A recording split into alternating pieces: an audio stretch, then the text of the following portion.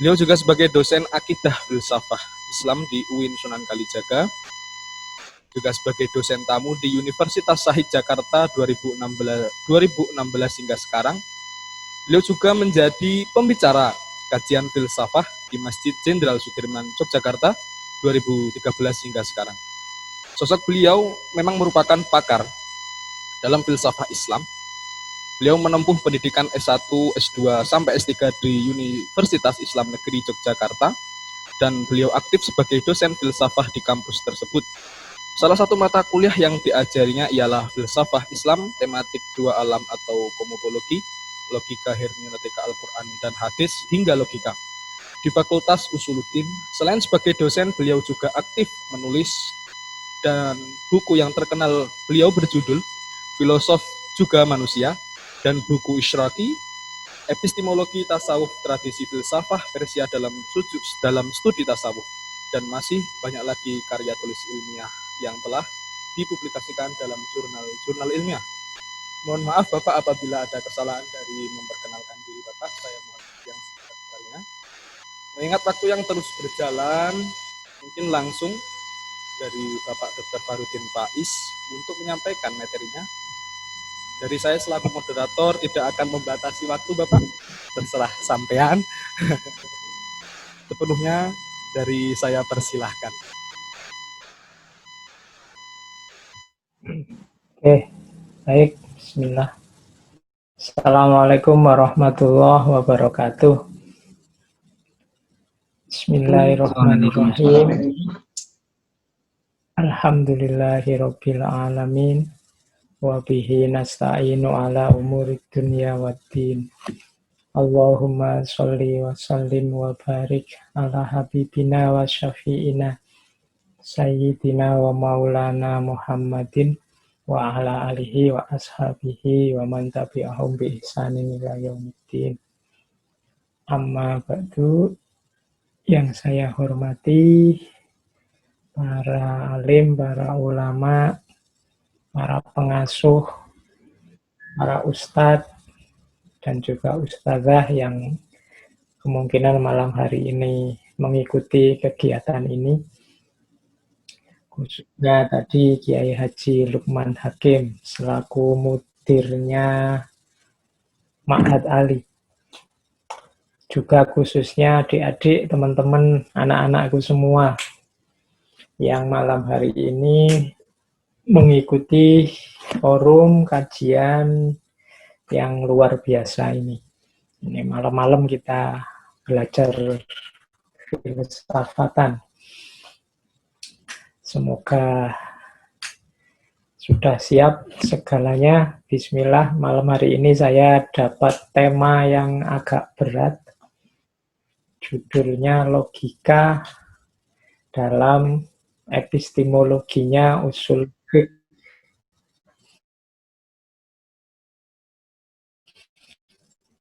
Nih, saya sejak kemarin mikir enaknya memberikan apa untuk teman-teman ini, karena saya yang hadir malam hari ini, teman-teman ini ada di level mana dalam ranah usul fiqh.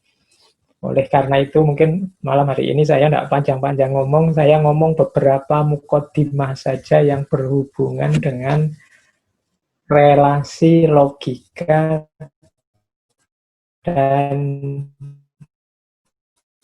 usul fiqh.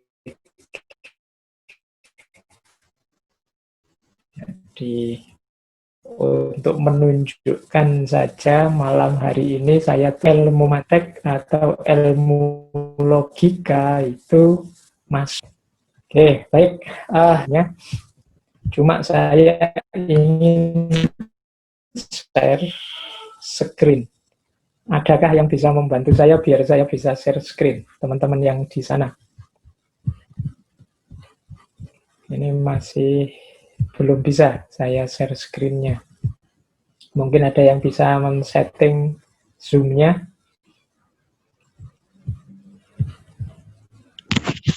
Adminnya Pak itu Pak, minta izin ke. Monggo teman-teman yang di sana di Ma'had Ali. Pak.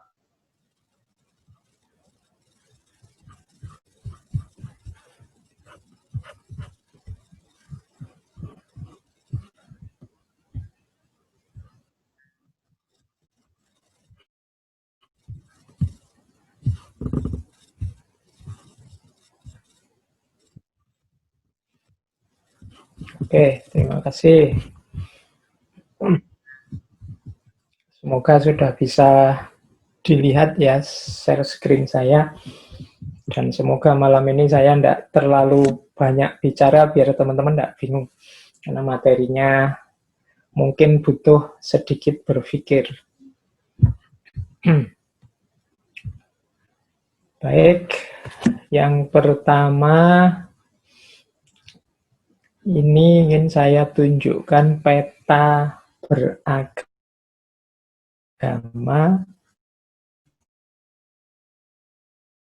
yang di situ nanti bagian dari mantek. Yang itu nanti sebagian ilmunya akan dirumuskan oleh para fuqaha. Nah, ini kalau kita ikuti sejak awal ya, ketika kita beragama menjalani perintah agama ini kan ada level-levelnya, ada tingkatan prosesnya. Beragama itu kan yang pertama diyakini. Kemudian selanjutnya dipahami. Setelah dipahami, dijalani. Setelah dijalani, dihayati. Setelah dihayati, dimaknai. Nah, ini perhatikan titik-titik keberagamaan kita ini. Kalau dalam bahasa saya yang masuk ke dalam Islam secara kafah itu yang mengikuti semua level yang di atas. Level yang paling dasar dari agama itu ya diyakini, keimanan. Jadi kita mendeklarasikan diri sebagai yang meyakini Allah satu-satunya Tuhan, Rasulullah adalah utusannya, kemudian kitab suci, dan lain sebagainya. Teman-teman mestinya sudah paham. Jadi agama itu memang basisnya, dasarnya adalah belief atau keyakinan. Nah, untuk keyakinan ini, kita hanya butuh sumber yang dipercaya. Itu nanti yang disebut otoritas. Jadi, makanya ada hadis itu, perhatikanlah dari mana engkau mengambil agamamu.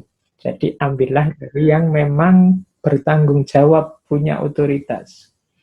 Hati-hati jangan mengambil agama dari orang yang tidak punya otoritas atau dari sumber yang tidak punya otoritas. Otoritas itu yang dipercaya.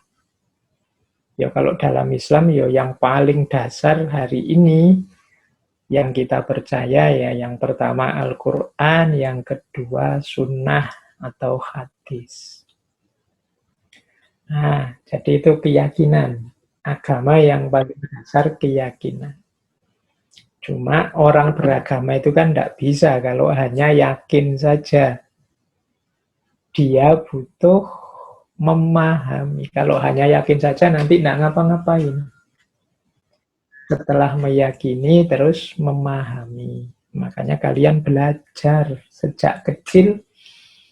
Teman-teman kan diajari mulai dari orang tua, dulu dilanggar di musola, sampai sekarang di pesantren. Itu kan dalam rangka memahami agama. Para ulama juga begitu, mereka memahami agama. Nah, di level 2 ini sudah tidak lagi sekedar yakin, tidak lagi sekedar pasrah. Di situ mulai ada kerja intelijensi. Jadi manusia sudah mulai masuk di situ. Ya, dasarnya Al-Quran, ya dasarnya sunnah. Kan sunnah itu kita pahami. Untuk memahami, kita butuh kerja intelijensi. Nah, yang kita bahas malam hari ini, logika atau mantek, itu ya masuknya sejak level 2 ini sudah ada. Apa di level 1 tidak menggunakan logika, Pak? Tidak pakai akal, pakai. Cuma akalnya dipakai untuk bersandar, yaitu untuk mempercayai otoritas. Tapi di yang kedua ini akal kerjanya lebih keras. Karena dia harus, kalau bahasa usul fikih, di situ ada taksis, ada juga istidlal. Taksis itu merumuskan dasar-dasar, mencari dasar-dasar. Kalau istidlal, mencari dalil. Jadi menghasilkan dalil. Dalil itu kan juga dasar untuk kita bertindak. Kita pahami agama, kita cari dalilnya yang cocok untuk apa yang harus kita lakukan. Makanya hasilnya memahami itu ya lahirnya di yang kedua ada dasar tindakan. Buahnya yang terakhir ilmu. Jadi level pertama lahirnya keimanan, level kedua ini ilmu. Maka beragama tanpa ilmu itu tidak mungkin. Beragama tanpa dasar, tanpa ngerti argumen, dalil ya juga tidak mungkin. Itulah mengapa mencari ilmu itu wajib. Jangankan beragama, hidup saja kalau kita tanpa ilmu ya tidak mungkin. Dulu Nabi Adam sebelum diturunkan ke muka bumi oleh Allah, diajari dulu. Diajari itu kan berarti ditambahkan ilmu ke dalam dirinya. Wa 'allama Adamal asma'a kullaha. Nah, kalau ini dalam konteks agama. Jadi selain iman kita butuh ilmu. Di level ilmu ini pasti akal, logika bermain. Nah, yang ketiga dijalani. Jadi dijalani itu, yo ilmu tidak boleh hanya berhenti di ilmu. Harus ada praksisnya, ada prakteknya. Ini juga butuh mantek, butuh logika, butuh intelijensi, cara berpikir. Nah, di sini nanti yang terjadi apa? Ilmu tadi, itu yang disebut idealitas. Ideal itu kan isinya ilmu. Sekarang ketemu dengan realitas, ketemu dengan kenyataan. Di situ nanti lahir praksis. Belajar tentang sholat, ngerti teorinya sholat itu ilmu. Menjalani sholat, nah itu praksis namanya. Ya kalau bahasa kita amal. Dijalankan. Ini juga butuh mantek. Mengapa ya realitas itu berubah, dinamis, macam-macam. Kadang-kadang idealnya apa, tidak bisa langsung diterapkan dalam realitas. Situasinya tidak memungkinkan. Sholat itu harus berdiri, tapi kalau tidak mungkin kita sakit bisa sambil duduk, kalau tidak mungkin bisa sambil tiduran. Puasa itu tidak makan dari pagi sampai sore, sampai maghrib, tapi kan ada situasi tertentu yang kita dibolehkan tidak puasa, dan seterusnya. Itu kan kecerdasan memahami realitas. Akal, mantek harus main di level yang ketiga ini. Dijalani. Lahirnya amal. Maka hari ini, kalau usul fikih itu kan populernya berhubungan dengan nas, berhubungan dengan teks, bagaimana kita istidlal, bagaimana kita taksis, menciptakan kaidah. Nah, di level hari ini, kajian-kajian usul fikih itu semakin luas. Termasuk kajian-kajian yang berhubungan dengan realitas. Usul fikih hari ini banyak membahas maslahat, banyak membahas tentang istihsan, uruf, macam-macam, tema-tema realitas. Yang ini butuh kecerdasan tersendiri. Nah, ini level ketiga dalam kita beragama, dijalani lahirnya amal. Nah, yang keempat, level beragama itu level penghayatan. Agama itu dihayati. Penghayatan ini terjadi ketika kita beramal dan serius. Jadi serius itu berarti kalau sholat itu ada khusyuknya, pokoknya sampai dimensi dalam, sampai dimensi batin. Itu namanya dihayati. Makanya di situ ada dimensi rasa dan kedalaman.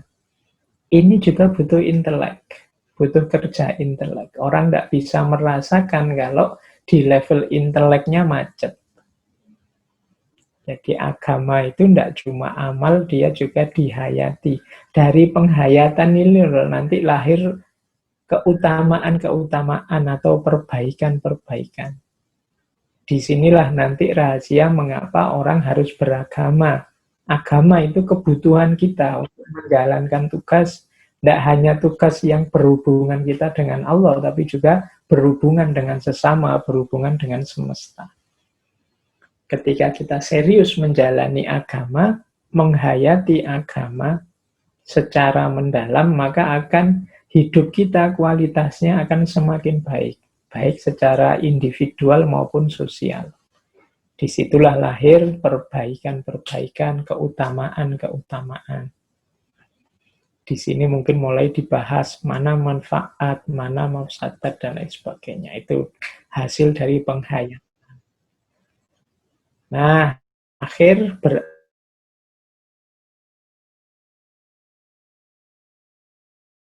4 yang atas tadi, sekarang orang mulai berpikir ini manfaatnya apa, mudorotnya di mana, melalui refleksi-refleksi, melalui analisis-analisis terhadap agama. Teman-teman Ma'had Ali itu kan banyak nanti materi-materi yang isinya memaknai agama. Di situ nanti lahir namanya hikmah. Jadi hikmah ini pastinya hasil kerja akal, hasil kerja intelijensi kita.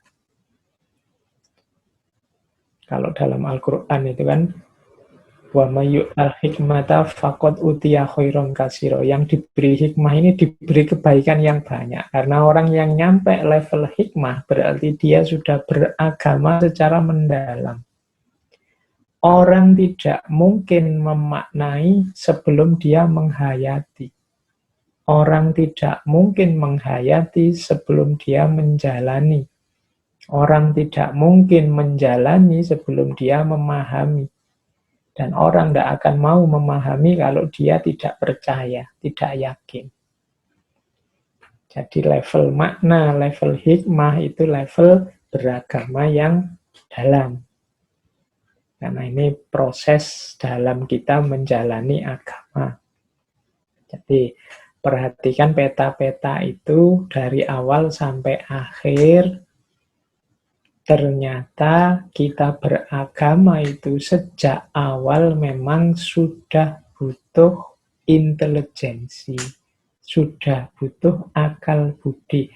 Saya menyebutnya intelijensi biar tidak seperti tradisi keilmuan barat. Kalau keilmuan barat itu biasanya menyebutnya rasio atau mungkin pakai istilah akal saja. Cuma kalau di tradisi timur termasuk Islam, intelijensi itu yang menyangkut semua kapasitas kemampuan manusia menangkap pengetahuan. Manusia itu menangkap pengetahuan tidak cuma dari akal, tidak cuma dari panca indera. Tapi manusia juga punya naluri, punya nurani, punya intuisi, punya imajinasi. Ini semuanya main. Misalnya kita berhubungan sesama manusia, mungkin banyak butuh nurani. Misalnya membicarakan perasaan, dimensi dalam, kita mungkin butuh naluri dan juga intuisi. Mungkin butuh pengembangan wawasan berpikir abstrak, kita butuh imajinasi. Kita semua butuh, makanya saya menyebutnya intelijensi. Tidak sekedar akal atau rasio. Nah, jadi kalau ada yang tanya sejak kapan akal dibutuhkan dalam agama, sejak awal. Karena orang untuk bisa meyakini sesuatu, dia butuh otoritas. Untuk bisa mencari mana otoritas yang bisa dipercaya, tentunya dia membutuhkan cara berpikir yang tepat. Mana yang harus dipercaya, mana yang harus diikuti. Dan apalagi di level-level selanjutnya, ketika agama itu dipahami, dijalani, dihayati, dimaknai. Semuanya memerlukan kerja akal, kerja intelijensi. Oke, jadi yang pertama ini untuk pendasarannya sebelum masuk ke logika dan usul fikih. Terus, nah sekarang detailnya. Apa sih perannya akal di hadapan wahyu? Kita hidup ini kan sebagai seorang muslim wajib memedomani wahyu. Tapi Allah juga memberi kita akal. Ini kan ada dua. Untuk digunakan dua-duanya dalam kehidupan sehari-hari. Ini perdebatan lama tentang akal dan wahyu ini, mana lebih penting, mana kurang penting. Ada banyak aliran dengan berbagai pendapat. Tapi yang jelas, dulu siapa belakangan, ada beberapa perbedaan pendapat, tapi tidak ada yang bisa membantah bahwa akal ya penting, wahyu ya penting. Jadi dua-duanya penting sebenarnya. Wahyu tidak akan bisa dipahami dengan baik kalau akalnya tidak sehat. Akal juga tidak akan ada yang nuntut, tidak akan ada yang menginspirasi di ranah spiritual kalau tidak ada wahyu. Maka yang penting, wahyu ya penting. Nah, sekarang kita lupakan perdebatan mana ranking 1, mana ranking 2. Apakah akal dulu, apa wahyu dulu? Kita sebut saja dua-duanya penting. Cuma malam hari ini, karena temanya apa sih perannya logika, itu kan sama seperti apa sih perannya akal berhadapan dengan wahyu. Perannya akal di hadapan wahyu itu catatan saya ada 4. Ini sebenarnya mengambil pandangannya Imam Ghazali dalam kitabnya Iljamul. Peran akal itu peran fungsional. Peran fungsional itu bisa tafsir, bisa takwil, bisa tasrif, bisa tafrik, bisa jamak, bisa tafrik. Ini tafsir teman-teman ngerti ya, takwil juga ngerti, tasrif juga mengerti. Tasrif itu merinci, tafrik itu memahami. Kalau bahasa logikanya, tafrik itu derivasi. Jadi dari situ bisa dipahami untuk urusan kecil apa, itu tafrik. Dari dalil yang umum itu untuk peristiwa yang spesifik ini cara memahaminya bagaimana. Itu namanya tafrik. Bisa jamak. Jamak itu 2-3 dalil digabungkan. Oh, ayat ini mungkin maksudnya sesuai dengan ayat ini. Kita gabungkan saja maksudnya, itu jamak. Ini kelihatannya berbeda tapi hakikatnya sama. Itu jamak namanya. Itu kerja akal juga, meskipun isinya wahyu. Tafrik. Oh, kalau ini bisa untuk kapan saja dan di mana saja. Oh, kalau ini khusus ayat ini untuk perempuan. Nah, kalau ini ayat ini untuk laki-laki, mungkin berhubungan dengan haid, mungkin berhubungan dengan menyusui dan seterusnya. Ini yang bisa memilah-milah itu ya akal. Jadi ini peran fungsional yang teman-teman pelajari di ulumul Quran, ulumul hadis, termasuk usul fikih, ini sebenarnya peran fungsionalnya akal. Jadi peran tafsir, peran takwil, tasrif, tafrik, jamak, juga tafrik.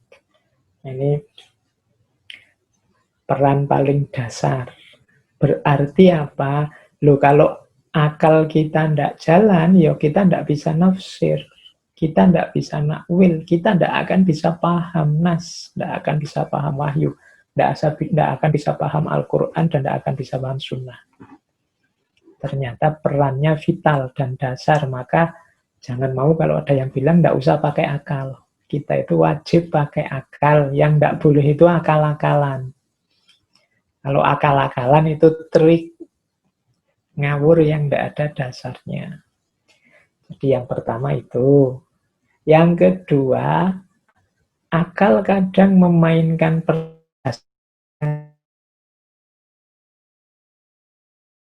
justifikasi. Kadang-kadang ada ayat yang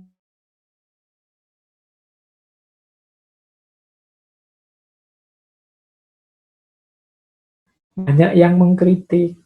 Misalnya, wah Islam kok membolehkan ini ya, padahal rasanya ini tidak cocok loh. Itu nanti akal yang membela dengan cara apa? Memberi justifikasi, memberi konfirmasi. Benar yang diucapkan Al-Quran itu. Sesuai loh yang diomongkan hadis itu karena 1, 2, 3. Itu kerja akal, mengkonfirmasi. Wah, cocok ini yang disampaikan oleh akal ini. Bahwa manusia itu memang cirinya suka mengeluh dan suka protes misalnya. Nah, ini mengkonfirmasi. Buktinya secara psikologi ada teori ini, yaitu mengkonfirmasi. Jadi fungsi yang kedua selain menangkap makna adalah melakukan justifikasi, mendukung, mengkonfirmasi. Hari ini kan teman-teman sering kalau ada teori apa, ternyata cocok dengan Al-Quran. Ada konsep apa, ternyata konsep ini sudah pernah disebut sebelumnya oleh Al-Quran. Nah, ini fungsi justifikasi. Jadi fungsi mengkonfirmasi. Oke, makanya membaca Al-Quran itu kan kita tutup dengan Shadaqallahul Adzim. Shadaqallahul Adzim itu semacam kesaksian dari kita dengan akal sehat kita bahwa Allah itu memang benar. Maha benar Allah dengan segala firman-Nya. Ini bagi saya deklarasi bahwa dengan akal budi kita bisa menangkap benarnya Al-Quran.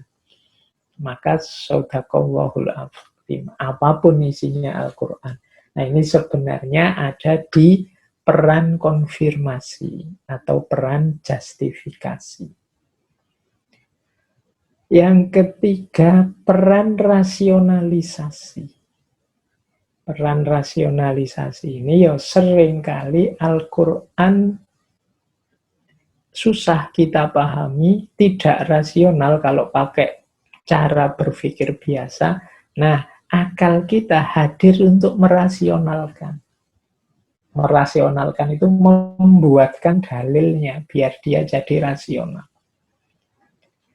Jadi, ini biasanya digunakan ketika berhadapan dengan orang lain, mungkin agama lain atau aliran yang berbeda dengan kita, yang mengkritik kita. Wah, Islam itu karena buang angin kok wudunya misalnya wajahnya.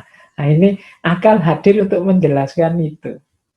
Merasionalkan. Cara berpikirnya tidak bisa begitu. Wong yo batal itu kan urusan dan seterusnya. Itu rasionalisasi.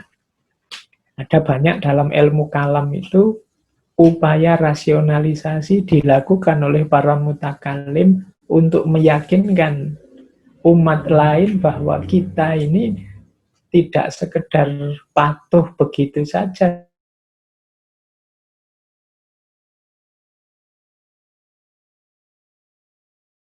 Ajaran rasionalisasi itu misalnya, ini cuma contoh ya, Ada yang mengkritik kok Islam membolehkan poligami misalnya.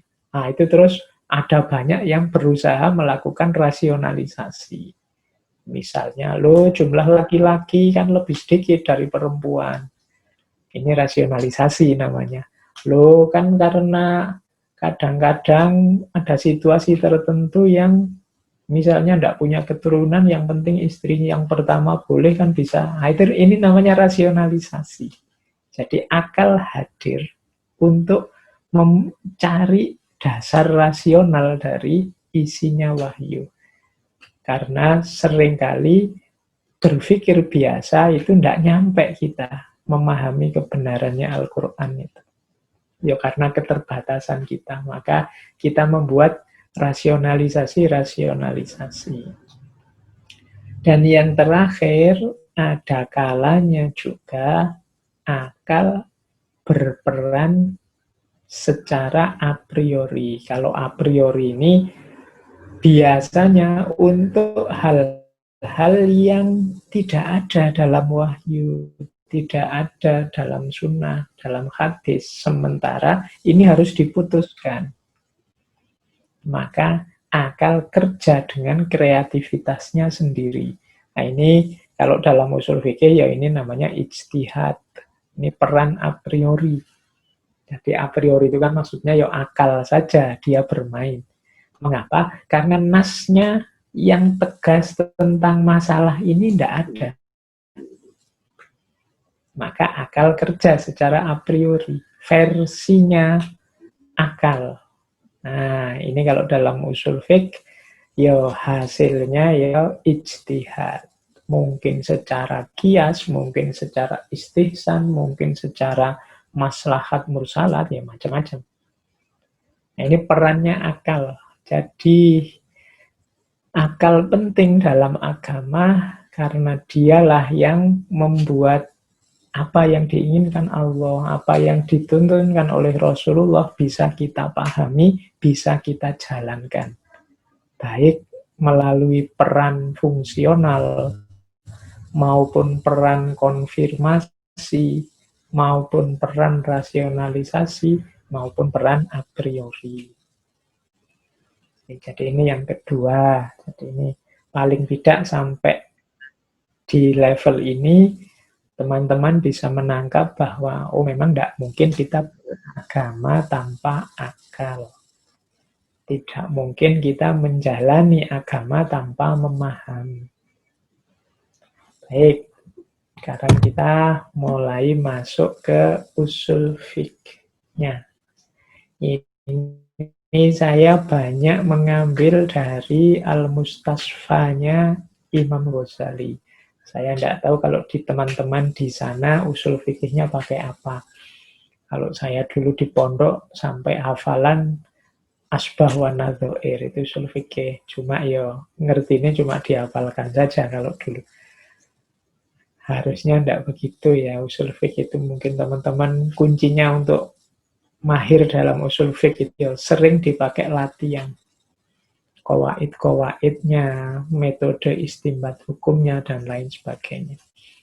Nah, ini kedudukan ilmu usul fiqh menurut Imam Ghazali.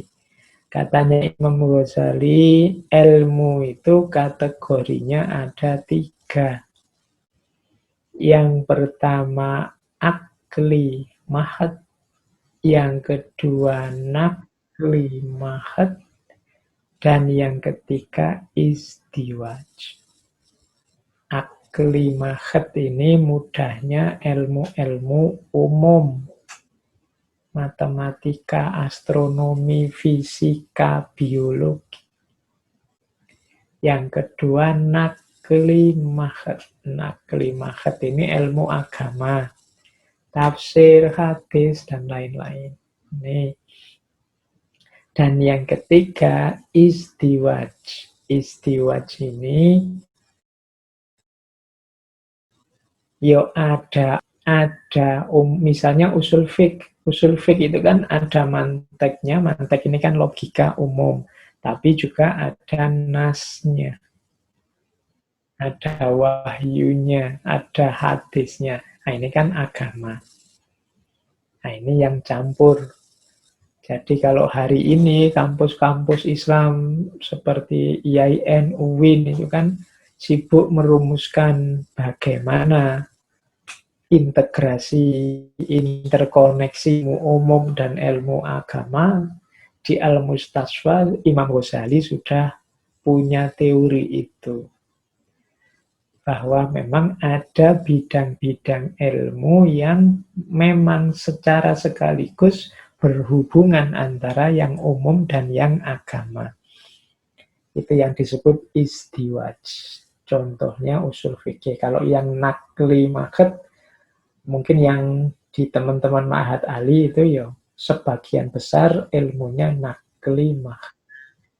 Tapi ketika di kampus umum atau di sekolah itu kemungkinan ya banyak materi akli maket. Nah, yang ketiga yang usul fiqh. Kata Imam Ghazali, ilmu yang istiwaj, baik nakli maupun akli terlibat, ini level ilmu yang tinggi. Jadi karena dia melakukan pertemuan antara dua wilayah besar, akal dan nakal. Selama ini kan kita selalu misah-misah antara akal dan nakal, antara akal dan wahyu. Saya tadi bilang dua-duanya sama-sama penting. Maka ketika masih di ranking akal dulu apa wahyu dulu, ini sebenarnya masih pisah-pisah. Justru yang paling tinggi itu yang istiwaj. Jadi mana akal, mana wahyu, dia saling berhubungan, saling berkaitan. Nah, yang sangat jelas punya karakter keterkaitan antara nakal dan akal itu adanya di usul fiqh. Itu kan juga istiwaj. Misalnya ulumul hadis itu kan juga termasuk istiwaj. Campur antara akal dan nakal. Baik, ini kalau ada yang tanya kedudukannya ilmu usul fiqh. Nah, kalau ini kerja kajian usul fiqh. Ya usul fiqh itu kan kita menyebut bapaknya ilmu usul fiqh itu Imam Syafi'i. Karena beliau menulis kitab Ar-Risalah. Ini pelopor kajian usul fiqh awal. Beliau ini muridnya Imam Malik. Tapi beliau juga belajar pada Abu Hanifah, Imam Hanafi. Dari mazhab Maliki dan mazhab Ahnaf beliau belajar. Dua mazhab ini kalau dalam tradisi fikih ini yang satu disebut mazhab hadis, yang satu disebut mazhab ra'yu. Ini dulunya sering berdebat. Imam Malik di Madinah karena di sana ketika memutuskan satu hukum lebih fokus pada riwayat-riwayat hadis, asar sahabat, dan lain sebagainya. Sementara Imam Abu Hanifah yang ada di Baghdad mungkin situasinya berbeda. Sehingga lebih banyak menggunakan akal. Lahiran ini nantinya merasa perlu untuk menulis kitab pedoman untuk memutuskan hukum, untuk istimbat hukum. Dari situ lahirlah Ar-Risalah. Nah, di kitabnya Imam Syafi'i itu kan ya langsung ketemu dua wilayah ini, yang hadis dan yang ra'yu. Cuma di situ nanti dijelaskan bagaimana peran ra'yu dan di mana posisinya nas, Quran atau hadis. Jadi ketika kita memutuskan hukum itu kan tidak mungkin hadis saja atau tidak mungkin ra'yu saja. Maka perlu pedoman yang jelas biar orang tidak ngawur. Nanti yang pakai akal sakar PDW dengan akalnya, atau yang pakai nas terus nas dianggap yang itu harus dijalankan begitu. Nah, itu nanti akan banyak kesulitan kita. Maka yang oleh Imam Syafi'i harus ada pedoman baku cara mengistimbat hukum. Nah, sejak itu nanti muncul banyak variasi kajian. Ini salah satu penelitian menyebut bahwa mode-mode analisis usul fiqh itu secara umum ada 4. Itu yang pertama ini mazhabnya Imam Syafi'i dan kawan-kawan. Ada yang menyebut ini namanya mazhab mutakallim. Jadi yang pertama gayanya Imam Syafi'i dan kawan-kawan dirumuskan dulu kaidah-kaidahnya, kemudian baru melakukan istimbat dengan qawaid itu. Nah ini kalau kita mengkaji usul fiqh semacam ini, ya ini nanti mengikuti modenya Imam Syafi'i. Jadi bikin kaidah-kaidah dulu, kemudian dengan kaidah itu kita membahas masalah-masalah untuk mengistimbatkan. Ada yang kedua. Yang kedua ini modelnya Imam Hanafi dan kawan-kawan. Dan murid-muridnya, Abu Yusuf dan lain-lain. Nah, kalau ini dibalik. Kalau dari mazhab Hanafi itu banyak istimbat yang ada dirumuskan qawaidnya. Jadi kalau teman-teman membaca kitab-kitabnya dari mazhab Hanafi, misalnya tulisan-tulisannya Abu Yusuf dan kawan-kawan, biasanya jadi satu antara istimbat dengan qawaid. Ketika dalam proses istimbat mungkin ada dalil, ada dasar nas yang bisa dipahami berbeda. Jadi dari istimbat kemudian geser ke qawaid. Jadi mungkin qawaidnya bisa tambah terus. Tapi kalau di Imam Syafi'i, qaidahnya dulu. Ketika sudah ada qaidah, baru dipakai untuk istimbat. Kalau kita lebih akrab di yang pertama. Nah, yang ketiga, kalau ini gaya hari ini, gaya kontemporer. Gaya kontemporer itu dalam usul fikih hari ini biasanya dari kulli ke juz'i. Fokus pada yang umum. Baru yang umum itu dipakai untuk memutuskan masalah tertentu. Jadi itu yang disebut maqasid. Jadi fokus pada maqasidnya.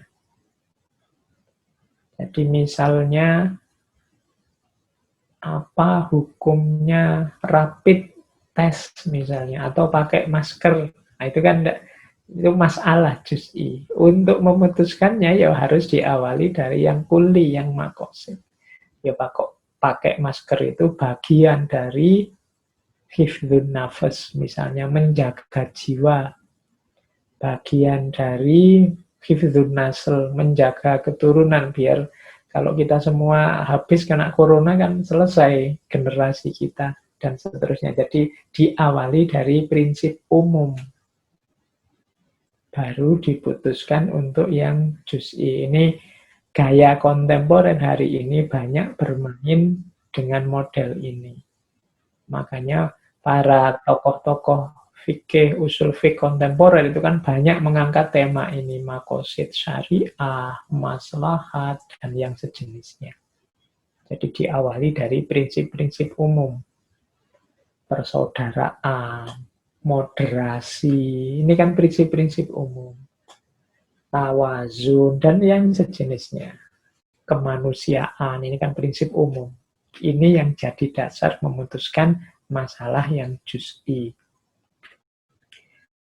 Hari ini ada juga yang model dari furu ke usul. Kalau ini kebalikannya. Orang-orang kontemporer juga dari furu ke usul itu melihat kenyataan. Jadi kenyataan itu kan aspek furu'iyah. Di Indonesia situasinya begini. Oh, kalau begitu rumusan hukumnya apa? Nah, itu dari furu' ke usul. Dicarikan cantolan dasarnya. Jadi biasanya kalau dalam tradisi usul fikih lama itu kan dari usul ke furu'. Umumnya apa, kemudian cabangnya apa. Jadi yang umum usul ini untuk memutuskan yang furu'. Tapi ada model-model belakangan yang dibalik. Jadi dari furu' ke usul. Maksud apa? Mempertimbangkan situasi. Ya kalau situasinya seperti ini, ya pergi haji jadinya tidak wajib. Nah itu kan melihat situasi dulu. Nah ini nanti juga harus hati karena dalam kasus tertentu, terus ada yang bablas. Bablas itu furuknya dinomorsatukan untuk nyetir usul. Sehingga nanti ada pandangan-pandangan misalnya yang liberal yang membolehkan menomorsatukan kenyataan.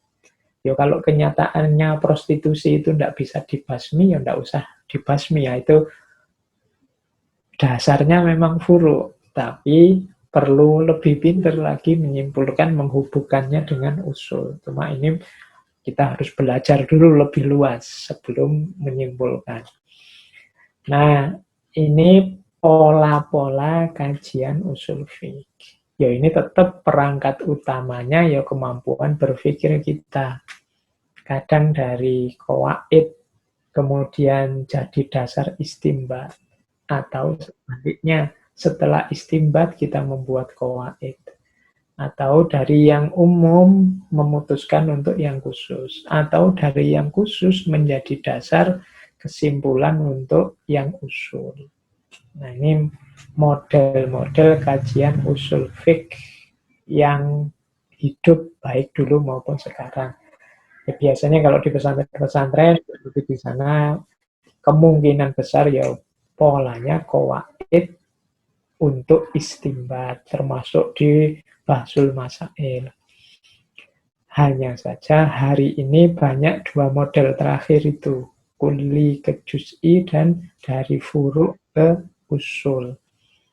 Ya monggo nanti untuk selanjutnya dibahas teman-teman di sana. Nah, kembali ke Al-Mustasfanya Imam Ghazali. Kata Imam Ghazali, ilmu mantik adalah muqaddimahnya sebenarnya semua ilmu. Nanti di Al-Mustasfa itu menurut Imam Ghazali mantek itu hasilnya kan nazar. Nazar itu pendapat, pandangan, teori, konsep itu nazar. Jenisnya ilmu yakin. Jadi ilmu yakin itu pemahaman atau pengertian yang muncul setelah orang berpikir. Nanti ada ainul yakin. Kalau ainul yakin itu pemahaman yang muncul setelah orang melihat melalui panca inderanya, mendengar melalui telinganya. Pokoknya setelah orang mendapat pengetahuan dari panca inderanya, itu nanti ainul yakin. Kalau ilmu yakin ini tidak sekedar lewat panca indera, tapi juga sudah melalui refleksi rasional. Nanti ada satu lagi hakul yakin. Kalau hakul yakin ini tidak cuma melihat, tidak cuma berpikir, tapi masuk menghayati, mengalami langsung. Nah ini sudah hakul yakin. Kalau teman-teman melihat TV misalnya, atau lihat gambar, ada gambar Ka'bah, di TV ada orang tawaf, nah ini levelnya ainul yakin. Tapi kalau teman-teman kemudian membaca buku, melihat secara geografi, mendalami apa itu Ka'bah, kapan dibangun, sejarahnya seperti apa, Nah, ini levelnya ilmu yakin. Kalau teman-teman sudah ke Mekah, umroh atau haji, sudah melihat langsung Ka'bah, menyentuh, mengalami tawaf di sana, ini sudah hakul yakin. Ini. Nah, kalau ilmu mantek, itu levelnya ilmu yakin. Di level berpikir rasional. Menurut Imam Ghazali, yang berhubungan dengan ilmu mantek secara umum ada dua. Yang pertama usul fiqh, yang kedua ilmu-ilmu akli. Dan menurut Imam Ghazali polanya sama. Di ilmu-ilmu akli itu ya ilmu-ilmu nalar yang menggunakan akal. Itu kan polanya pola, kalau dalam logika itu namanya silogisme. Ada premis, ada konklusi. Premis itu dasarnya, konklusi itu kesimpulannya. Saya haus. Orang haus harus minum, maka saya minum. Nah, itu konklusi namanya cara berpikir. Semua ilmu yang rasional, cara berpikirnya pasti seperti ini. Usul fikih, menurut Imam Ghazali, sebenarnya juga begitu. Usul fikih itu cara berpikirnya kan secara umum itu tiga.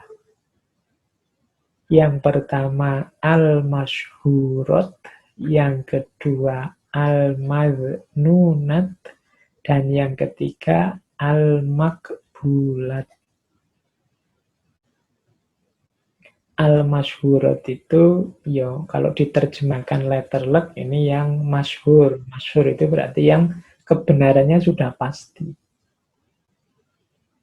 Madhnunat ini seperti yang juz'iyah tadi, yang beda-beda madhnunat itu. Situasi setiap orang beda, kondisi setiap orang beda, itu masih dzon sifatnya, tidak pasti. Bisa iya, bisa enggak. Kalau makbulat, ini kan yang kita terima, kesimpulan kita. Dari sini kan nanti lahir keputusan hukum, fatwa hukum itu kan makbulat, kesimpulan. Dengan dasar masyhurat untuk menyelesaikan madhnunat, hasilnya makbulat. Kalau pakai ilmu logika, dengan premis mayor, menyelesaikan premis minor, nanti ada konklusinya. Orang yang haus harus minum. Ini al-masyhurat. Saya haus. Ini al-madhnunat. Madhnunat itu dzon. Ya saya haus, tapi bisa jadi besok saya ndak haus. Ini kan dzon. Bisa ya, bisa ndak. Harus dicek dulu. Nah, kesimpulannya itu konklusi atau al-makbulat. Berarti saya harus minum, karena semua orang yang haus harus minum. Cara berpikirnya sebenarnya mirip menurut Imam Ghazali. Al-masyhurat itu ya nanti kalau dalam kajian usul fikih mungkin termasuk yang muhkamat, yang keputusan hukumnya jelas. Sementara yang madhnunat ini yang mutasyabihat, yang keputusannya masih harus diuji dulu, dirumuskan dulu dengan istinbat yang jelas. Lihat ini sudah fatwa hukumnya. Nah, gaya seperti ini gaya mantek, gaya logika.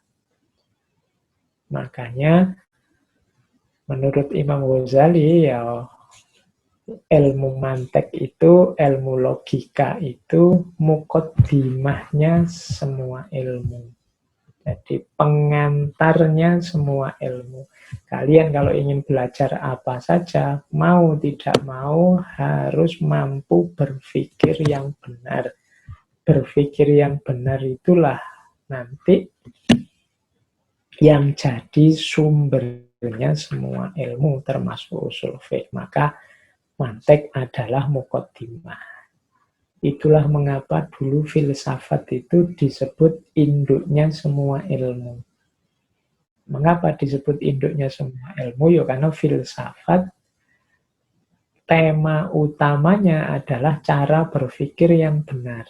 Sementara semua ilmu pasti arahnya membahas bagaimana cara berpikir yang benar. Oke, baik, saya lanjutkan. Nah, kalau ini kategori-kategorinya. Jadi ini kerja akal, atau yang ini kita sebut ro'yu. Ini tidak bisa dijelaskan ringkas sebenarnya, ya kapan-kapan kita lanjutkan temanya. Jadi secara epistemologi itu filsafat pengetahuan. Akal kita, cara kerjanya itu istilah ini. Yang pertama bayani, yang kedua burhani, yang ketiga irfani. Istilah bayani ini yang punya paling populer sekali, yang mempopulerkannya adalah Imam Syafi'i. Bayan itu cara berpikir yang dasarnya teks. Dasar yang bayan itu kan kalau diterjemahkan letterlek menjelaskan. Jadi kita ini tidak membuat kebenaran sendiri. Kita sudah punya keyakinan terhadap kebenaran. Kita tinggal menguraikan, menjelaskan, mendetailkan. Nah, itu tadi, dengan kerja akal tadi yang fungsional tadi, yang di atas tafsir, takwil, dan seterusnya. Berpikir berdasarkan teks. Ya nanti secara metodologi ya ini pendekatannya pendekatan semantik, berhubungan dengan bahasa. Bayan ini urusannya nanti dengan kebahasaan. Nahwu, sorof, balaghah, badik, ma'ani, dan lain sebagainya. Itu ilmu-ilmu bayan. Belajar usul fikih tetap mau tidak malatnya. Ilmu metodologinya. Linguistik, semantik. Nah, yang kedua burhan. Kalau burhan ini berpikir yang berdasarkan pembuktian rasional. Jadi, kalau dihubungkan dengan metodologinya usul fiqh, ini burhan ini namanya taklili. Taklil dari kata dasar ilat. Berarti apa? Taklili itu cara berpikir yang fokus pada ilat saat menentukan satu hukum. Itu namanya taklili. Apakah ganja haram misalnya? Nah, taan yang haram itu misalnya khomer. Mengapa khomer kok haram? Karena dia memabukkan, membuat orang lupa diri. Nah, dari sisi memabukkan dan membuat orang lupa diri, ini ganja juga seperti itu. Nah, ini kan sama ilatnya. Karena ilatnya sama, ya dihukumi sama. Taklili namanya. Ini kadang kita menyebut. Nah, ini secara epistemologi ini masuk kategori burhan, tapi secara metodologi kalau dalam usul fikih ini masuk kategori taklili. Kalau bayani itu nanti kalau berhubungan dengan Al-Quran kita sering menyebutnya tafsir, tapi kalau taklili biasanya kita menyebutnya takwil. Takwil itu semacamnya ada ulama sufi yang menafsirkan misalnya ya ayat ini bunyinya tentang rembulan, tapi oleh sufi ini Komar ini diartikan Rasulullah, Kanjeng Nabi. Nah, ini versi sufi. Ilatnya ada. Sama-sama menerangi, tapi tidak panas, sejuk. Nah, ini gaya taklili.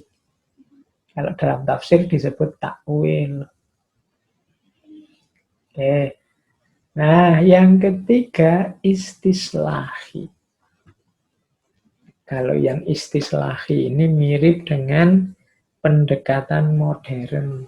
Pendekatan modern yang terakhir tadi fokus pada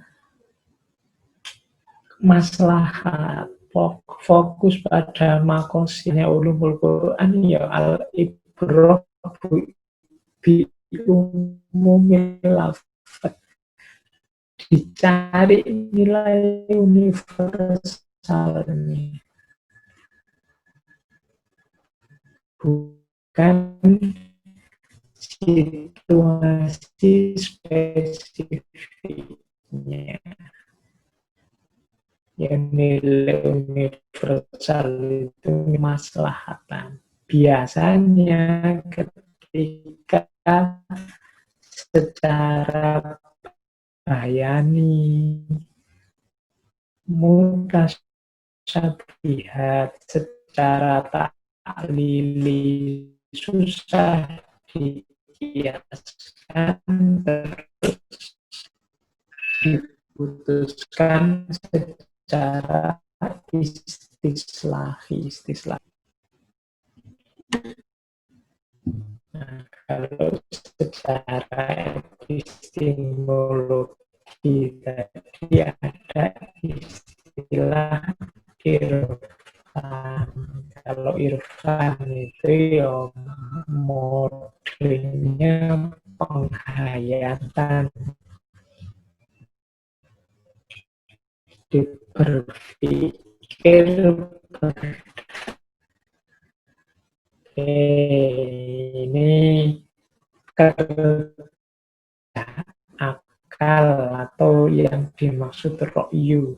Jadi rokyu itu bisa kerja di level bayan. Jadi memahami, menafsirkan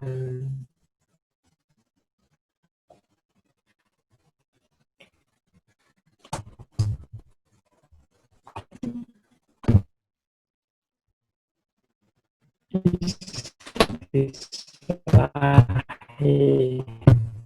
Terus, nah, saya loncat saja biar enggak terkal. Biasanya itu orang menyebutnya Al-Quran dan hadis atau sunnah. Setelah itu biasanya ya kerja akal, ada masalah juga, istihad, makosid dari fatku dari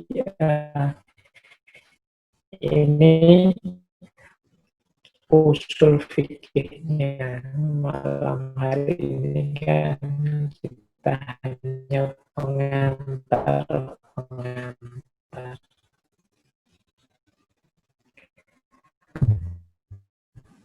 Nah, terakhir ini yang mau saya sampaikan.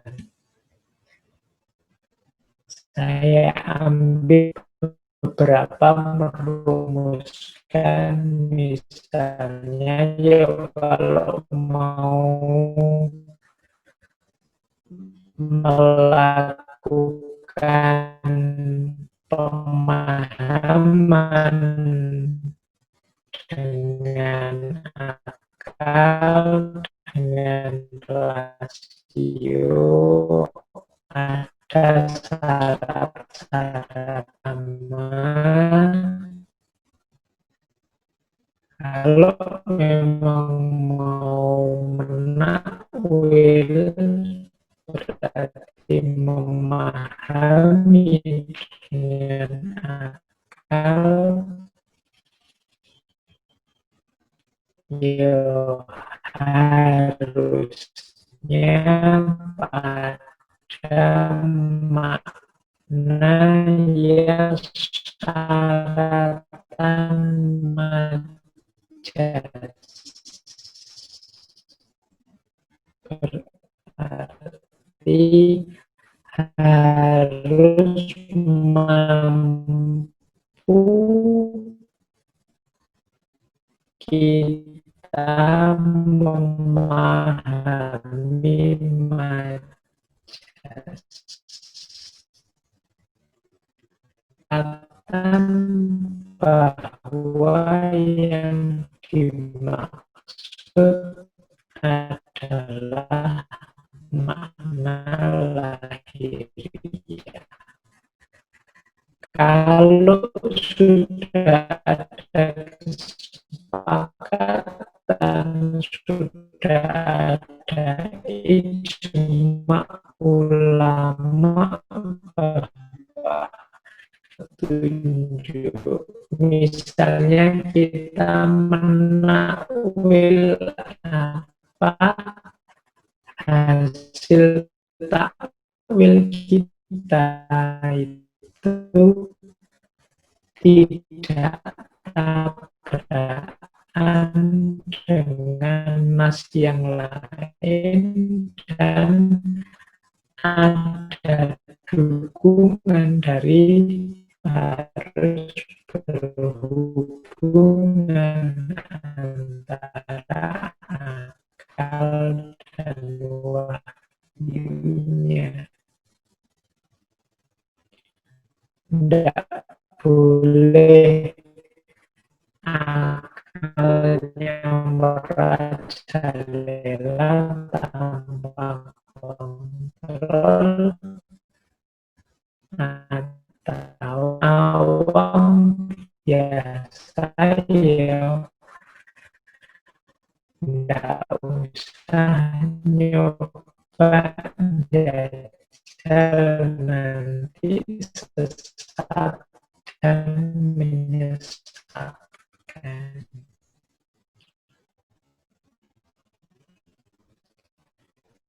Yang terakhir, kalau yang tentang ini dipercaya saja, diterima saja, diimani saja. Kalau yang wajib ini kan kita berpikir seperti apapun sulit karena di titik itu akalmu tidak akan mampu. Nah, ini contoh batas-batas yang dirumuskan dulu ya teman-teman. Saya khawatir kalau ditambah lagi kalian tambah pusing. Jadi mungkin setelah ini ada seperti pahaman teks, paham logika,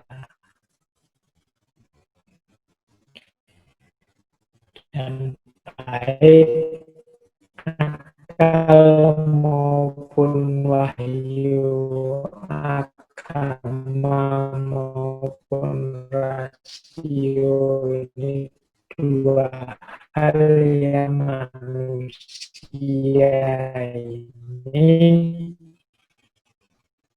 punya banyak keterbatasan, termasuk akalnya.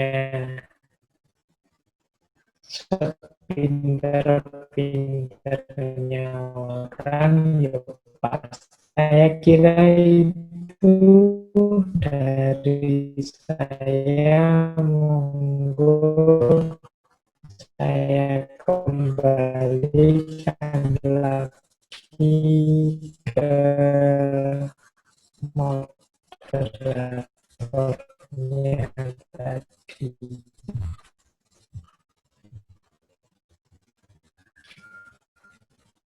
Silakan. Tak pikir enggak. Baik, terima kasih. Dengar jelas napa mboten niki nggih?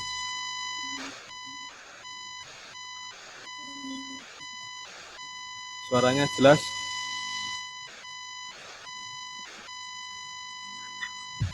Kurang jelas moderator.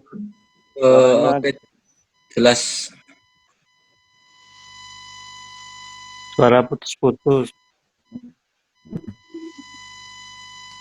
Ya, mohon maaf yang sebesar-besarnya ini dari wifi gedung Matahari sendiri ini ada gangguan, mungkin gangguan teknis. Ya, langsung saja untuk sesi selanjutnya, yaitu sesi tanya jawab. Mungkin dari teman-teman peserta sebelum bertanya untuk resen atau angkat tangan, saya buka satu statement terdiri dari 2 penanya. Silahkan.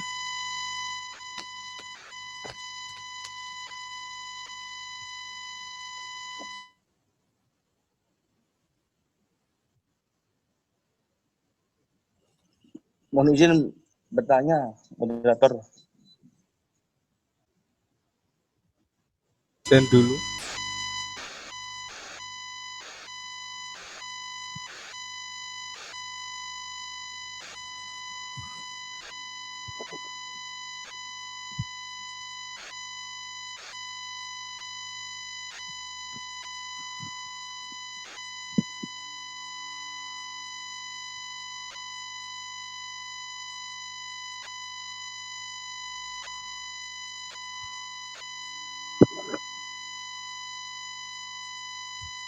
Izin tanya, moderator.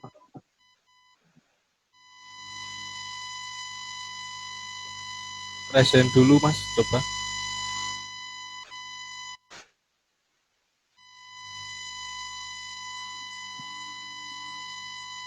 Resen dulu, Mas. Mohon silahkan. Lambaikan tangan yang ingin bertanya. Dengar suaranya, moderator?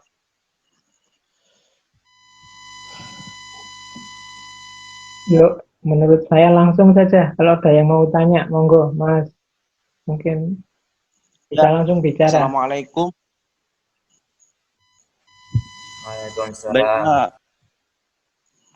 Baiklah, para narasumber, saya ingin bertanya kepada tadi yang apa yang dijelaskan oleh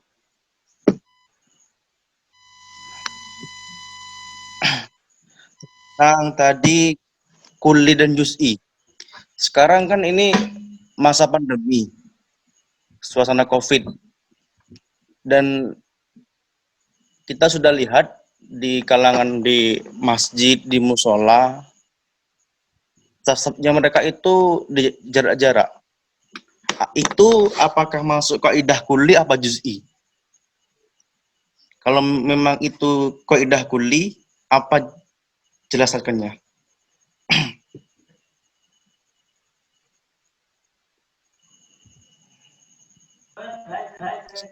Suaranya nggak dengar,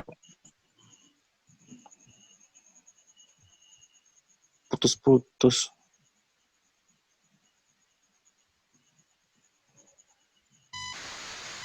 Cek, cek. Cek, dengar dari para audien.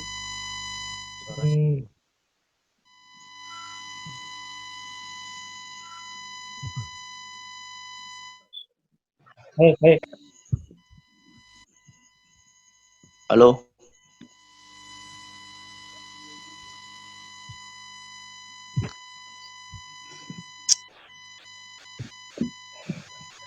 Halo. Baik. Langsung saja saya jawab tadi yang pertanyaan tentang kuli dan juz'i.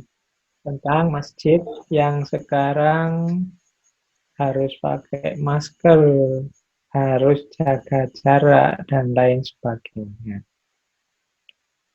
Ya memang kalau itu, saya tidak tahu pastinya ya, nanti silahkan teman-teman di Termas sana.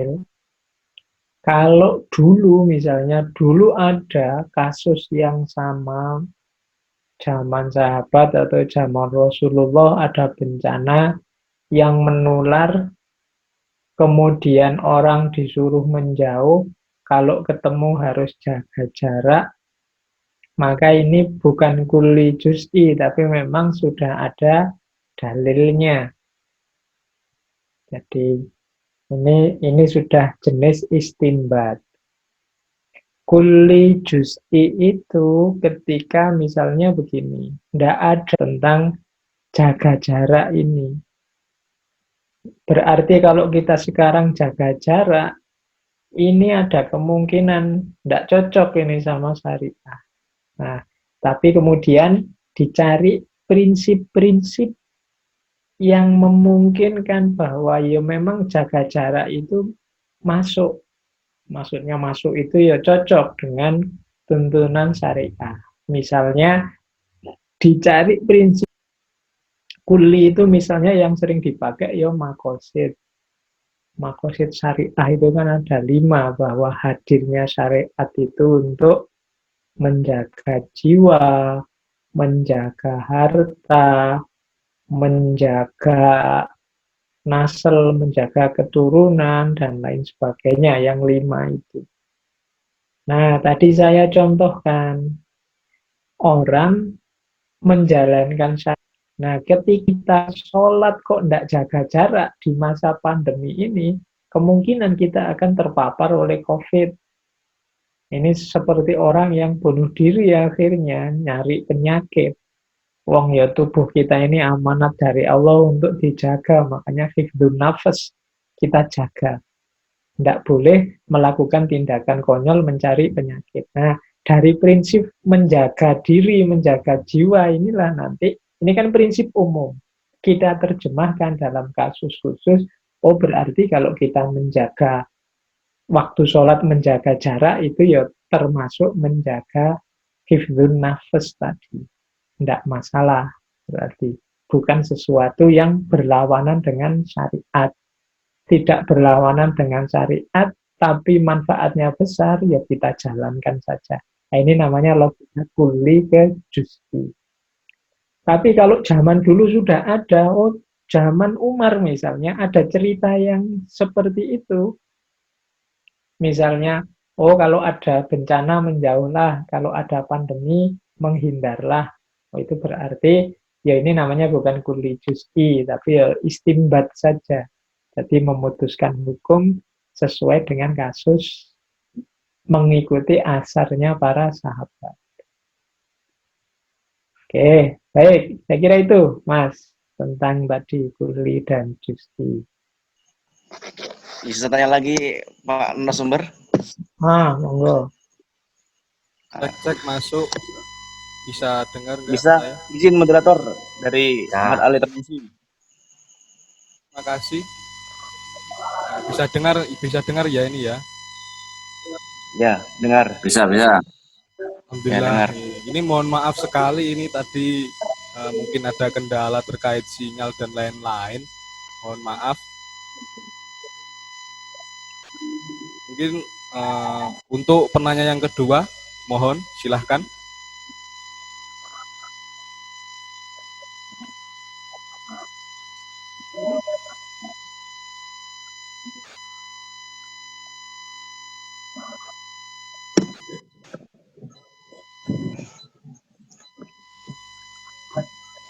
Dua. Ya, langsung saja. Saudara Hasbunallah. Silahkan. Oke, Assalamualaikum warahmatullahi wabarakatuh, Pak Faiz. Waalaikumsalam. Saderengipun nama kula, nama saya Wildan. Cuman di situ tertera, mohon maaf, hasbunallah wa ni'mal wakil. Dan rati-rati keren juga.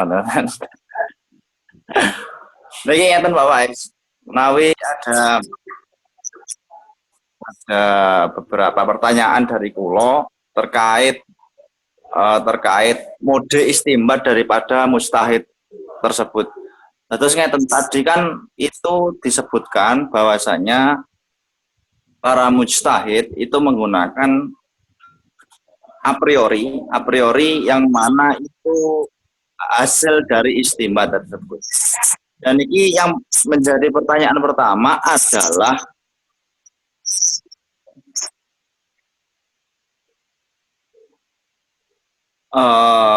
apakah dari mujtahid niku dipengaruhi oleh latar belakang daripada sejarah tersebut? Yang pertama itu. Karena kalau saya melihat dari mode istimbatnya sebelum zaman Imam Syafi'i itu satu pada riwayah daripada para sahabat. Saat bergantung dengan itu dan kodifikasi dari keilmuan itu belum berjalan secara tersistemasi dan masih mengandalkan beberapa hafalan-hafalan yang ada dari sahabat. Nah, mulai dari zaman Imam Syafi'i dengan niat untuk mensistematisasi hukum itu dibuatlah beberapa metode sampai pada zaman kontemporer sekarang. Seperti kontemporer kalau sekarang yang paling suka saya baca adalah Wahbah Zuhaili, dan kalau ada tokoh oksidentalis juga, ada beberapa nama seperti Muhammad Arkon dan teman-teman, saya kira banyak sekali. Dan itu untuk beberapa kajian dari Maqasidus Syariah juga ada yang melahirkan terkait Fathul Daroe tadi. Kalau Qaidul Fiqh yang pernah saya baca sebelumnya adalah Darul Mafasid Muqaddamun ala Jalbil Masoleh. Cuman kalau di Maqasidus Syariah itu mengalami perkembangan metode yang mana ada Fathul Daroe juga. Ada membuka bahaya juga. Karena dipandang bahaya itu lebih maslahat jikalau dibukanya, bukan dengan menutupnya, seperti itu. Apakah itu dilatar belakangi oleh sejarah? Seperti itu. Oke. Sudah. Mungkin langsung saja Pak Faiz, silahkan. Baik. Oke, terima kasih. Gini Mas Wildan, yang pertama kalau pertanyaannya apakah Imam Syafi'i juga populer kan? Beliau punya qaul qadim, qaul jadid. Nah, itu kan pasti sejarah. Qaul qadim ketika beliau tinggal di Baghdad, merumuskan banyak, beliau tinggal di Madinah, banyak tabi'in di sana. Sementara Imam Abu Hanifah yang di Baghdad ya tidak semudah Imam Malik. Akhirnya karena setting termasuk hari ini. Jadi hari ini kan situasinya sangat berbeda dengan dulu. Dinamikanya lebih cepat, lebih luar biasa. Kita ini bahasa lainnya Fathul Daroe itu kan bagi saya mengizinkan kreativitas untuk pengembangan sosial budaya kemasyarakatan Islam. Jadi kalau yang satu dharo'ik konotasinya pasif, nanti kita tidak maju-maju. Nah, kita ini akhirnya hanya follower, mengikuti isu. Ada isu apa, kita tanya hukumnya. Ada isu apa, kita tanya. Kita reaktif terus. Kita tidak kreatif menciptakan peluang-peluang. Maka adalah kemudian termasuk tadi digagas semacam Fathul Dharo'ik, membuka jalan, kemungkinan untuk kita berkreasi. Ya, Hasan Hanafi, Yasir Auda, dan kawan-kawan. Makanya yang penting tidak nabrak maslahat, yang penting sesuai dengan makosid, jalan saja dulu. Itu jenis Fathul Dharo'ik. Jadi prinsipnya tidak detail. Kalau kita kan hari ini sering melakukan sesuatu itu mencari dalilnya dulu. Ketika tidak ada dalilnya, kita tidak berani ngapa-ngapain. Diam dulu. Itu akhirnya kita pasif. Sangat cepat. Itu kan kayak kita, ini pakai HP boleh nggak ya? Wah, saya tidak pakai HP dulu, nunggu dalil.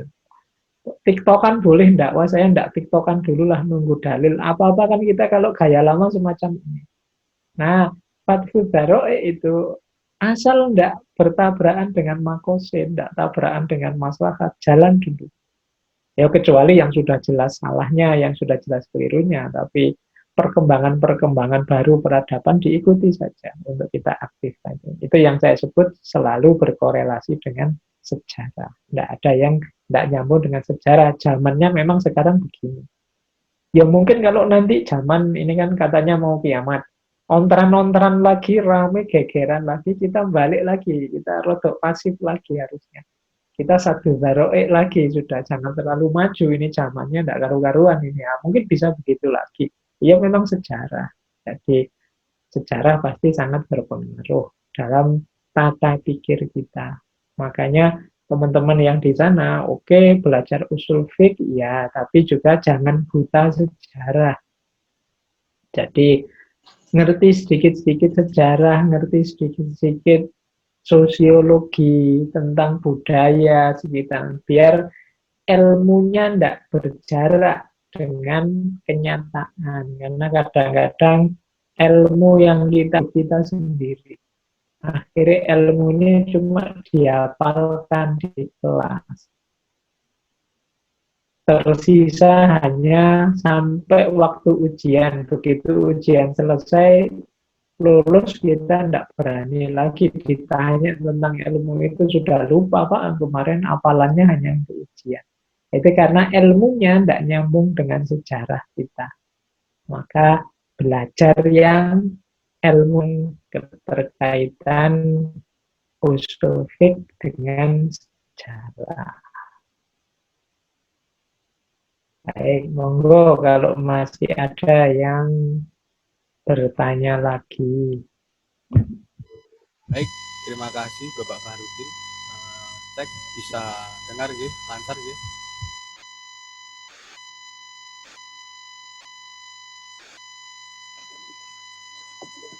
Cek halo.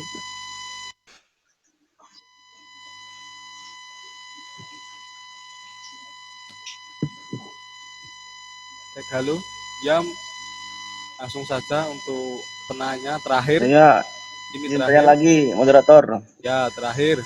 Pada Pak Fahrudin Faiz. Tadi kan ada menjelaskan tentang isdiwaj.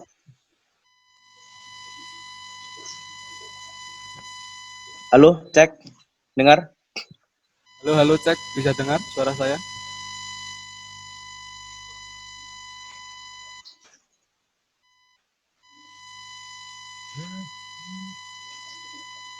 Suaranya putus-putus. Halo, cek. Dengar apa lancar apa enggak ini?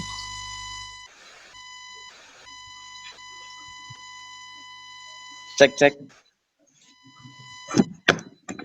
Langsung aja Mas kalau mau tanya, nggak apa-apa.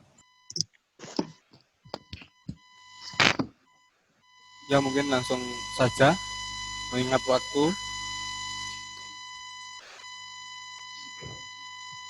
Silahkan.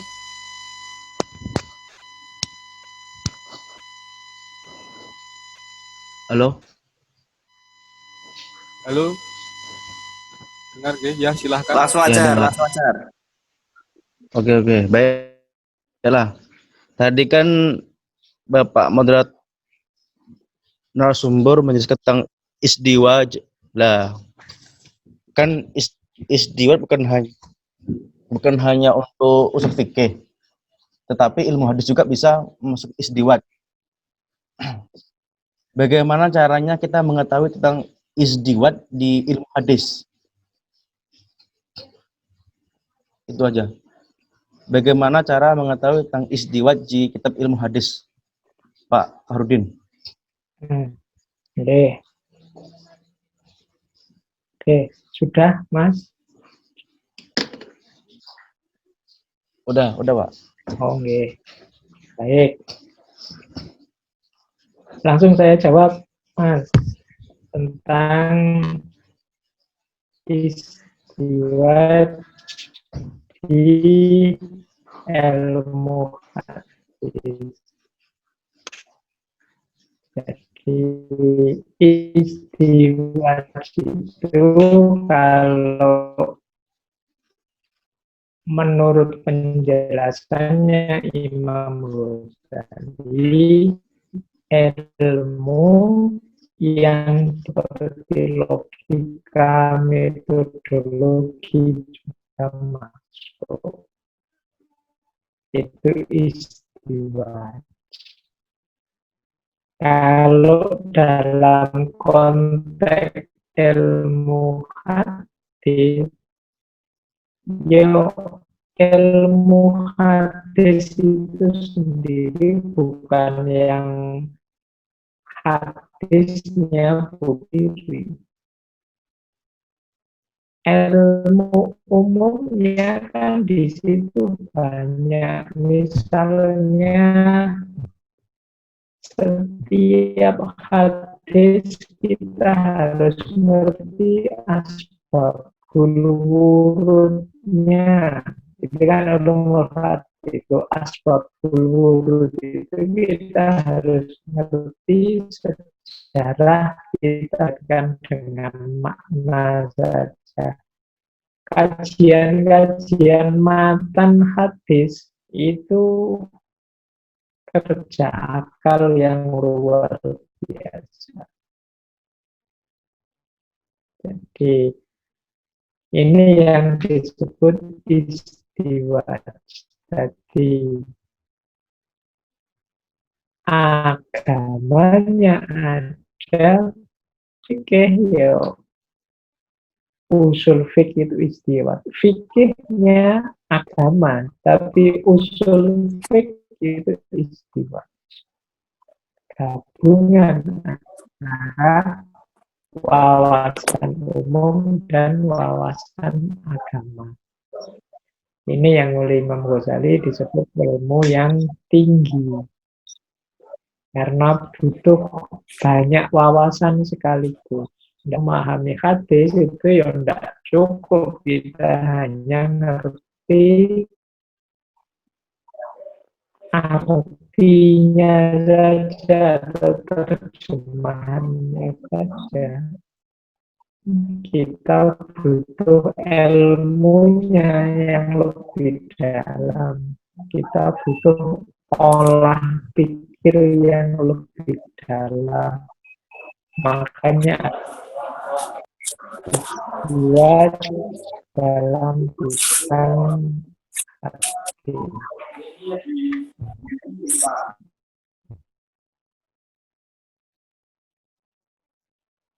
Baik.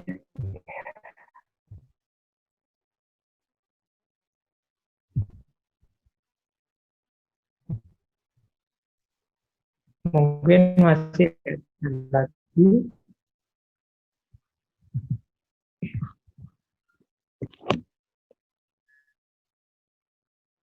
Monggo, Mas moderator.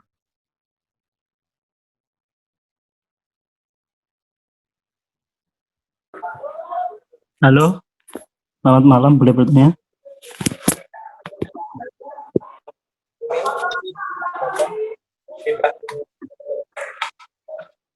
Ya, silahkan yang mau Assalamualaikum, Pak Faiz, mau bertanya. Tadi kan dalam metode istinbatul ahkam dalam usul fikih tadi kan ada yang namanya istislahi. Halo?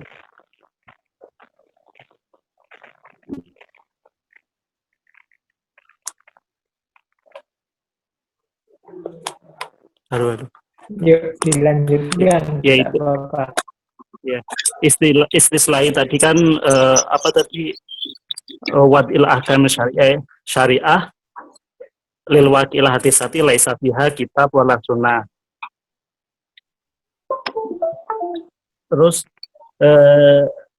di masa sekarang itu kan banyak polemik yang terjadi, diantaranya itu di masalah itu teknologi seperti artificial intelligence atau saintek dan lain-lainnya.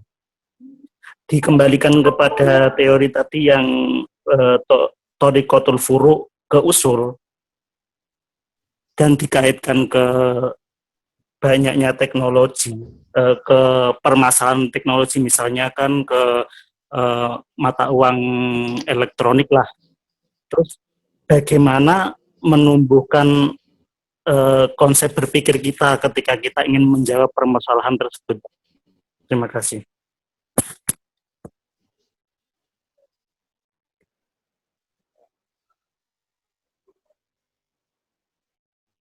Terima kasih.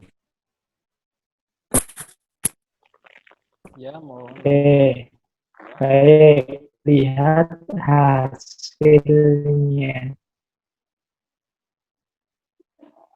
Makanya pakai istilah istislah. Istislah itu mencari maslahat. Jadi kita tahu maslahat itu kan di belakang, sesuatu yang tidak ada dalam nas, tidak ada dasar qot'inya, kita lihat hasilnya. Nah, tapi terus lanjutnya furu' ke usul tadi. Hasilnya seperti apa yang maslahat secara umum ya, seperti tadi misalnya HP, IT atau teknologi. Itu berarti secara teleologis tidak bisa kita putuskan IT itu haram apa enggak, tapi IT itu maslahat atau tidak. Jadi prediksi kita tentunya kemudahan kita dapatkan. Banyak maslahat diperoleh. Dari sisi tujuan yang ini, maka ya ketika IT itu membawa maslahat, dia positif. Dalam arti diperbolehkan. Tapi secara usul ya pornografinya. Jadi yang kita fatwa jelek pornografinya. Itu kalau dalam kasus IT. Jadi bukan HP-nya, HP.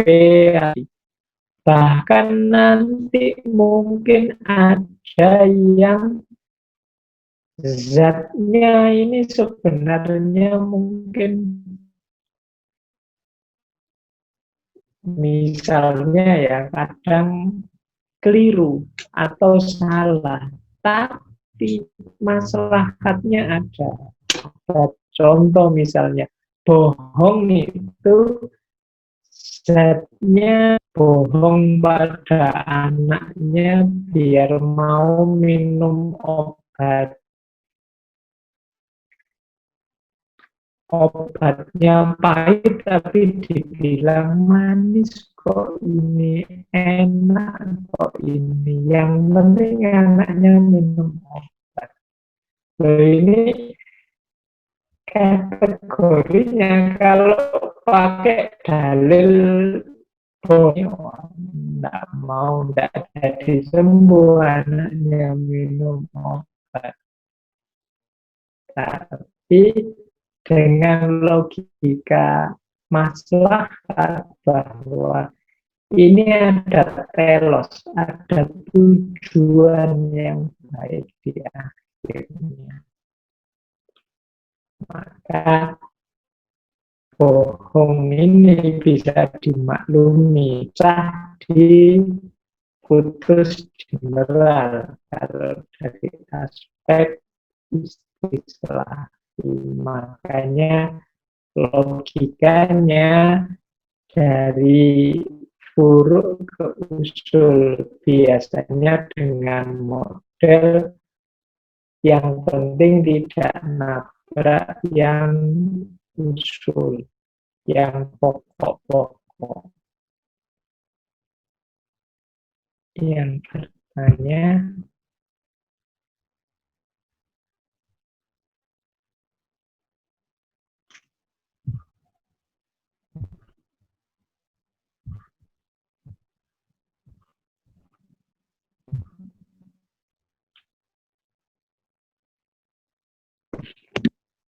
monggo saya kembalikan lagi, Mas Moderator.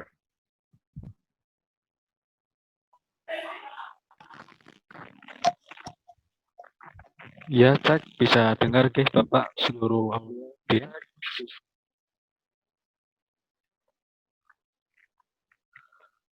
Mohon maaf, ini pindah moderator, pindah ke lain.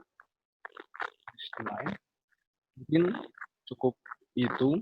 Untuk selanjutnya, sebelum menutup kepada beliau, Bapak Fahmi, kami minta untuk memberikan closing statement pada pemaparan acara malam hari ini beserta doa. Sepenuhnya kami persilahkan. Monggo Bapak.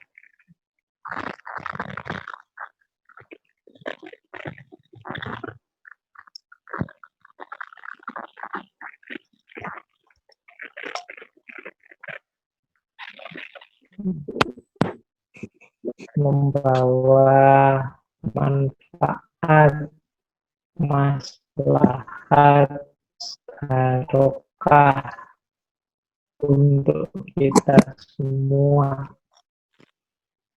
di semua level kehidupan kita.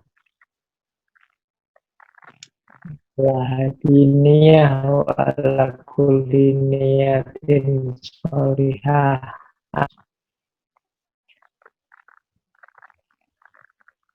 A'udzu billahi minasy syaithanir rajim. Bismillahirrahmanirrahim. Alhamdulillahirabbil alamin.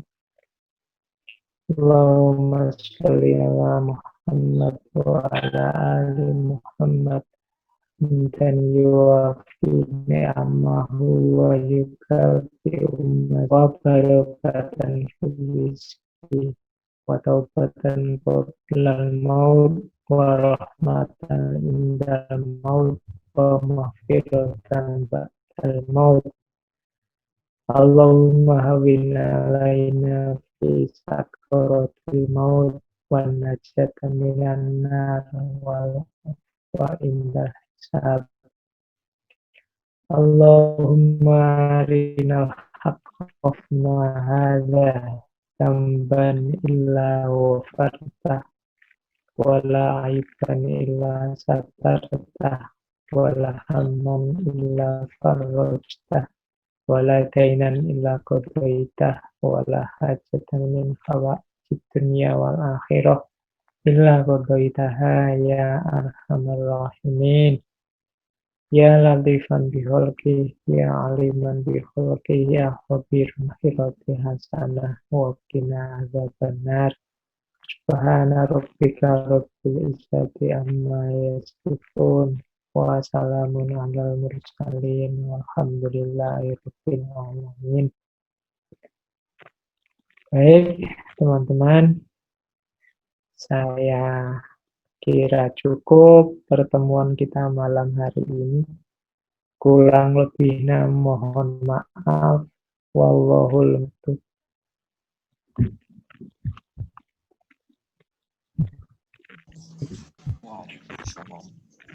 Terima kasih. Waalaikumsalam warahmatullahi wabarakatuh. Waalaikumsalam. Terima kasih. Terima kasih Pak Faiz.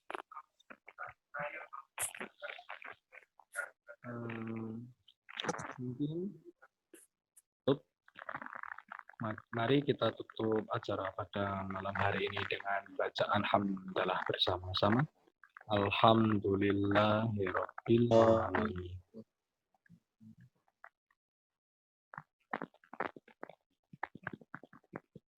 Terima kasih. Dan dari saya selaku moderator pembawa acara pada acara malam hari ini, meminta maaf yang sebesar-besarnya kepada para peserta webinar dan juga khususnya kepada tim Faiz. Terima kasih dan mohon maaf yang sebesar-besarnya atas kurang lebihnya dari kami. Mungkin cukup itu acara pada malam hari ini. Dari saya, maafu minkum, Allahul muwaffiq ila aqwamit thoriq. Assalamualaikum warahmatullahi wabarakatuh. Waalaikumsalam. Waalaikumsalam warahmatullahi wabarakatuh.